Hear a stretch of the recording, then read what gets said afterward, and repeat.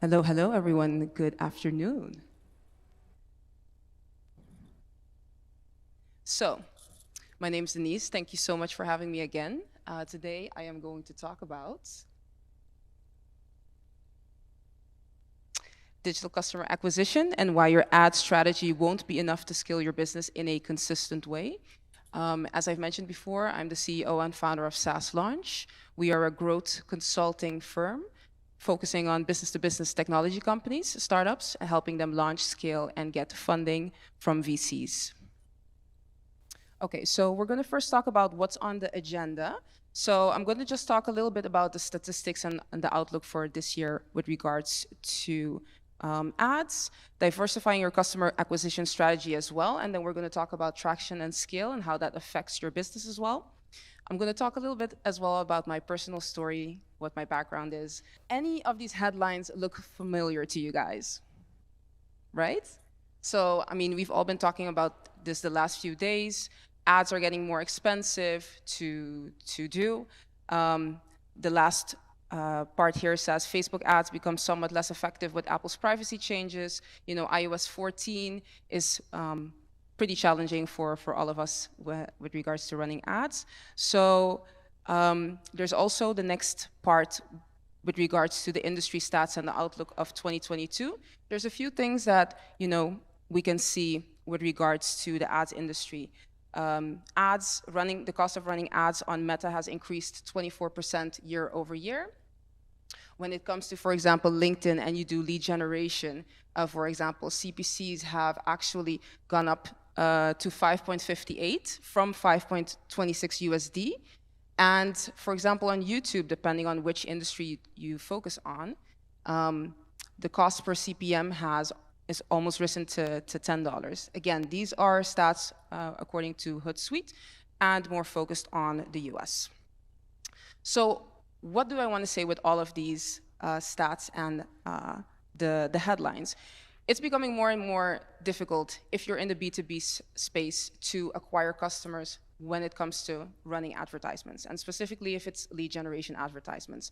But there's a better way forward that we're helping our clients with, and we are doing this ourselves as well.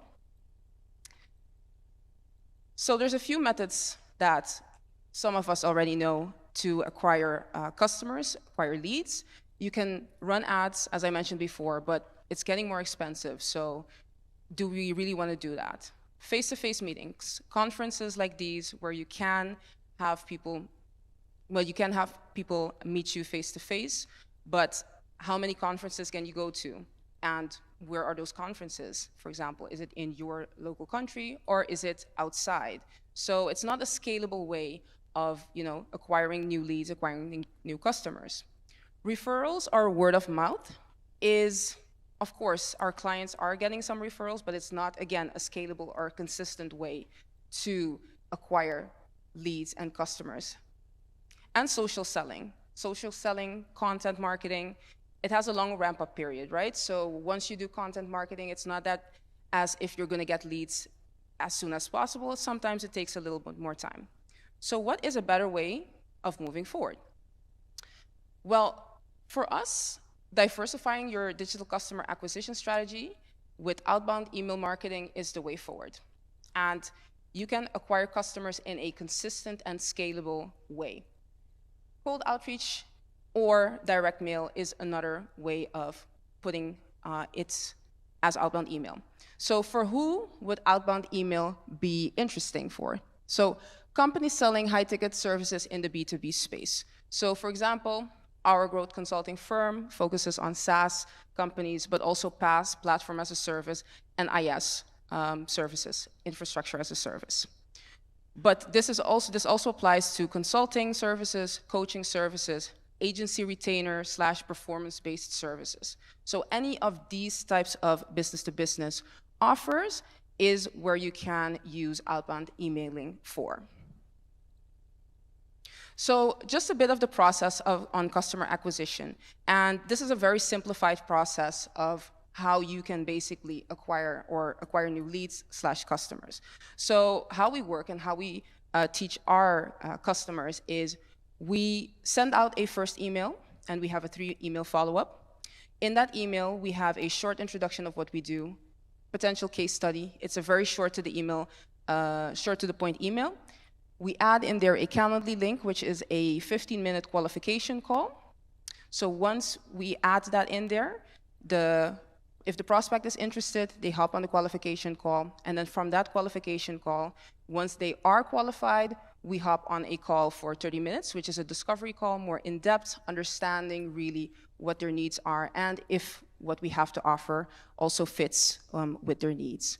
From there, because our customers are SaaS companies, they can hop on a demo call, and then from there, obviously, you have a few further discovery calls up until you close that deal. Again, this is a simplified process. It obviously goes more in depth once you have higher ticket offers. So why is outbound email so interesting? It has a few advantages. So one of the things that we see is that you get fast market feedback. So once you send out an email, you can see if, with the open rates, are people really opening the emails? Are they reading it? The click-through rates.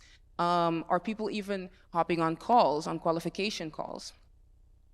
Another aspect is that it lowers customer acquisition costs. So email is a relatively, let's say, cheap way to, get in contact with customers. So it's not going to cost you too much to, acquire a customer once you have a right fit. And it's scalable. So once you have the templates that are working, you can obviously provide that to your team members, and it's also a scalable process to move forward with. So traction and scale. So in our agency or in our consulting firm, what we basically help these customers with and our SaaS companies with, we make it a scalable, systemized, and automated process, basically to scale their business and get traction. Get traction, basically, in the tech industry means getting more customers on board. With regards to the SaaS industry, it's very important to get as many, let's say, customers on board, because most of these SaaS companies are looking for funding, so they have to have certain milestones that they need to achieve before getting their investment, basically. So what we help them with is basically also automation part, a CRM part, and the metrics. The metrics are the most important thing that we check for. So this is an example of a sheet that we have. So we look at a few things. We look at, obviously, the number of new deals. We look at new customers. We also look at, for example, the cost per call scheduled, the cost per sale, and we look at average LTVs as well. So we break down all the metrics to make sure that we can upscale, or depending on how the metrics are, needing to know what to change basically in the whole process. So we also add automation in there just to make sure that certain things that can be automated will be automated, and this is also added into their CRMs. And once we have all of this, and once we have a good overview of the numbers and understanding, okay, how many emails need to be sent, how many emails are open, how many people have replied, how much percentage of the people have really hopped on calls, those metrics, once we have that in place, we can obviously share that with the team members as SOPs as well. So a little bit about who I am. As I just mentioned, founder and CEO of SaaS Launch. So I mostly help business-to-business tech startups. And yeah, here a little bit about me. I actually started my sales career in 2008. And I did my master's at the University of Pompeu Fabra in Spain and at the University of Amsterdam as well. And my master's was actually in entrepreneurship and innovation. So that was something that I really wanted to do, because I always thought to myself, I really want to have my own business, when I grow up, let's say it like that. And then I went further into sales, and I actually started working for a small company called Global Television, which had their location was in Hong Kong, but also in Madrid. They made documentaries, and I got selected to be an international consultant for them, to fly out to Equatorial Guinea in Africa and to liaise with the government and the private sector there to invest in the documentary that we were going to do. So once that project was fulfilled, I got recruited by LinkedIn, as you can see here, in Ireland, working for their marketing solution, so the platform that all of us are using, to sell that to businesses. And that was amazing. That was actually my first really tech company that I worked for. And from there, I got recruited again to work for Oracle, as you can see there, in the Amsterdam office. And that was basically selling their tech stack, so PaaS, SaaS, and IaaS. And that was more of a heavy technology sales, let's call it like that. And from there, went into a smaller startup, which was staff-based and was actually involved for the APAC and EMEA region. And they actually got a 115 million funding round Series E just a few weeks ago, and they're now valuated at 1.1 billion, so that's a pretty good feat. Myself, born and bred on Curacao, which is in the Caribbean. It's a very, very small island next to Aruba, if anybody has heard of it, close to Venezuela. And yeah, I started SaaS Launch in 2018, actually next to working for these companies. So our clients are actually a little bit around the world, I have to say. We're over in the US and Europe, but we have clients in Colombia, for example, Latin America, Australia, India. And this is just to say that with outbound marketing, you can actually connect with one email or several emails to different people around the globe. So a few things on outbound emailing and when it works. So there's a few technicalities when it comes to outbound emailing that you need to take into account. So a few things. So setting up a burner domain is of high importance. A burner domain is basically a copy of your original email address, basically that you use to do outbound emailing, just in case something happens to, let's say, your original email address. So that you have that in place. Setting up your DNS records, SPF, DKIM, DMARC, those are pretty much basically to say to verify your email addresses and to make sure that once you send out email addresses, that is, the email address that is verified. Another aspect here is to warm up your email accounts. So you can use different software such as Lemlist or Warm Up Inbox. Basically what it means is once you have a new email address, you need to warm up your inbox, because once you send out an email and your inbox has not been warmed up, it goes into spam. So we want to make sure that once you have your email address warmed up, that it comes into the inbox of your prospects.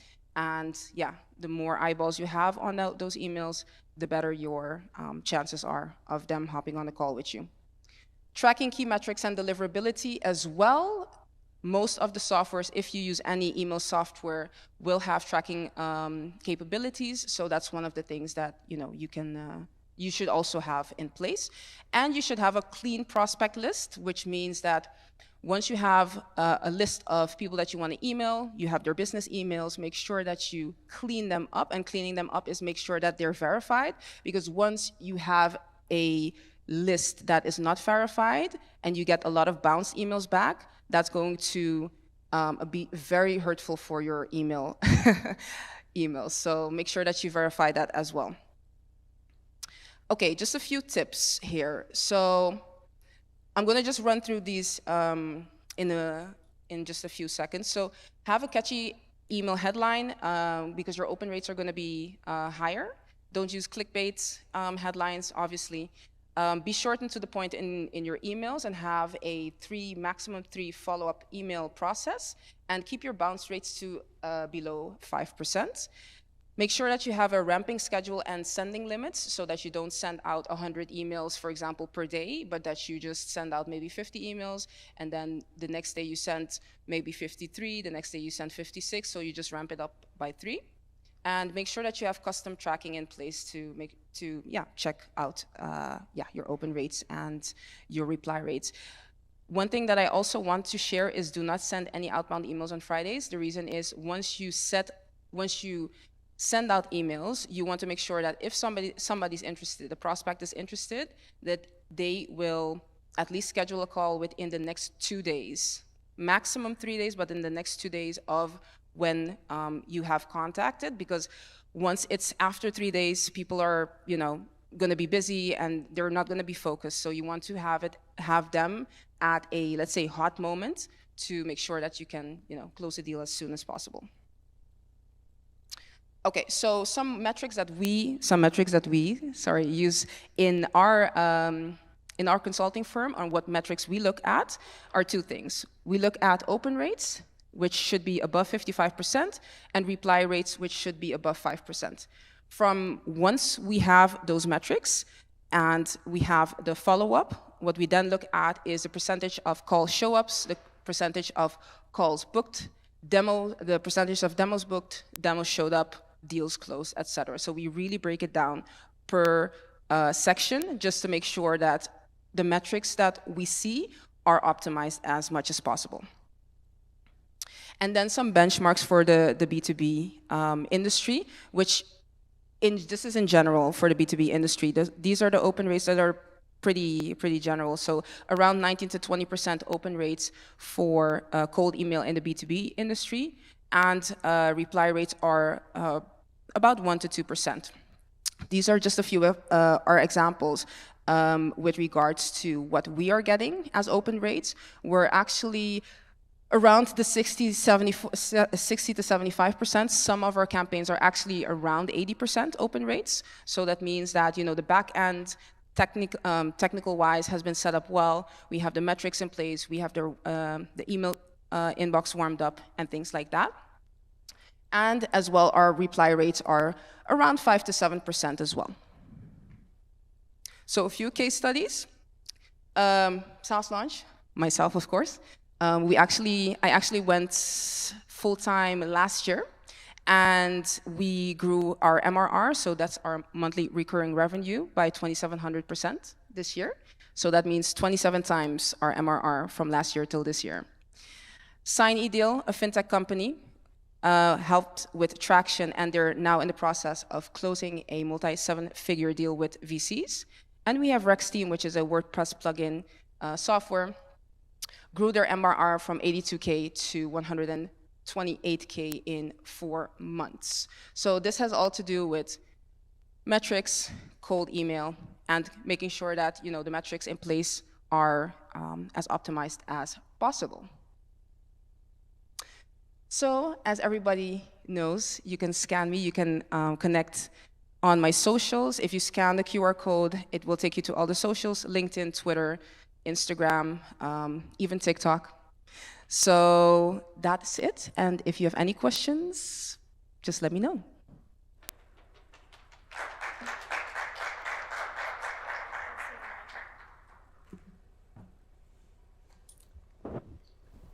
We've got a couple of questions. We do have time left on the clock, so that's fine.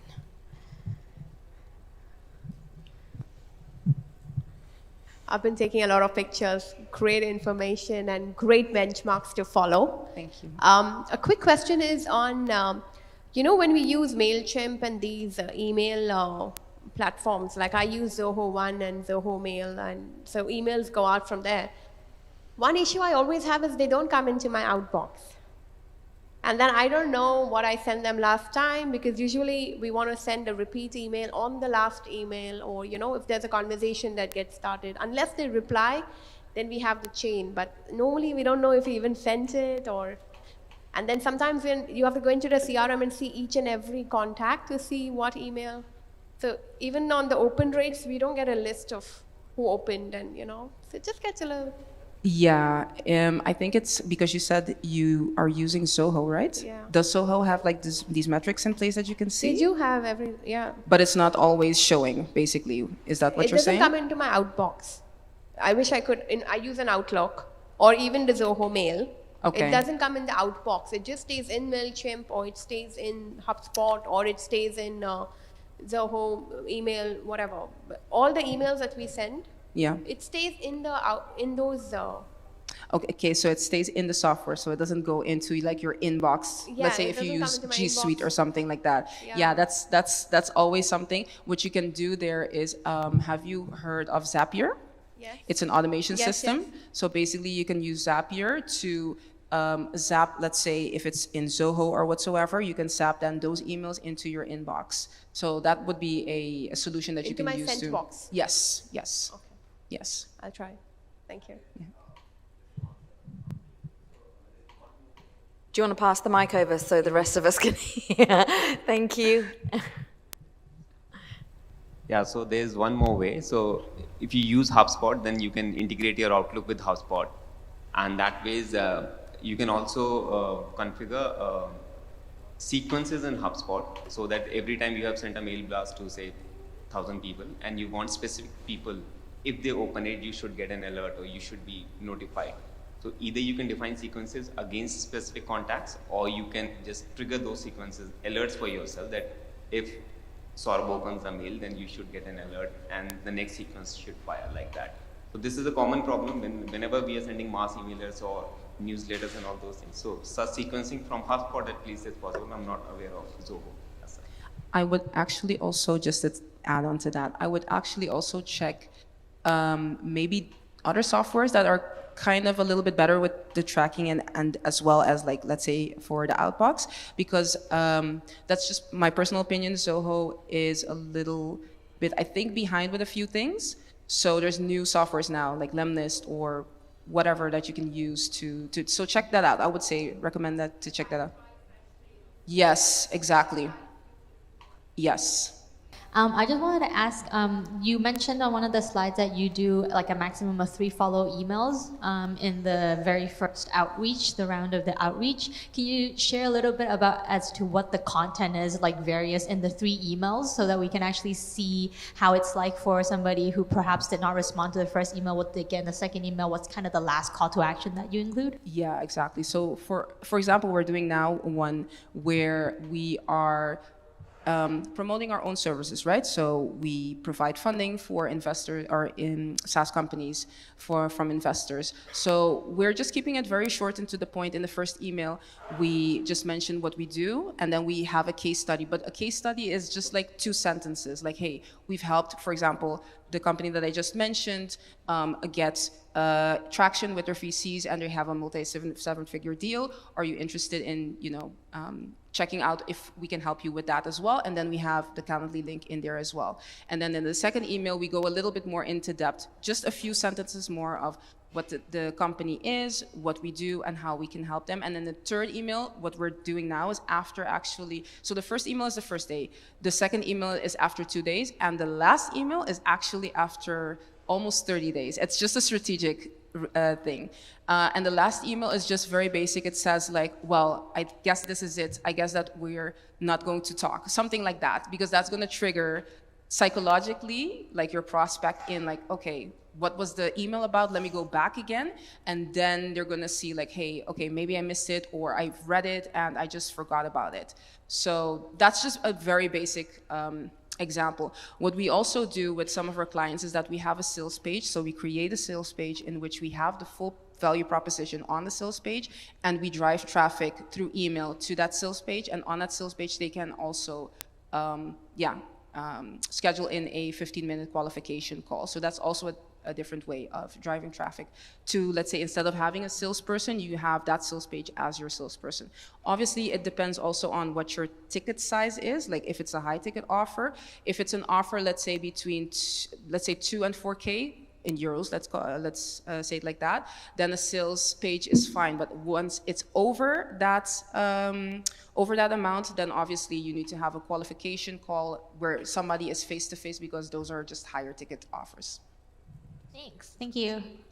Welcome. Any other questions? Okay, that's great. Thank you so much, Denise Edwards from SaaS Launch. Great talk.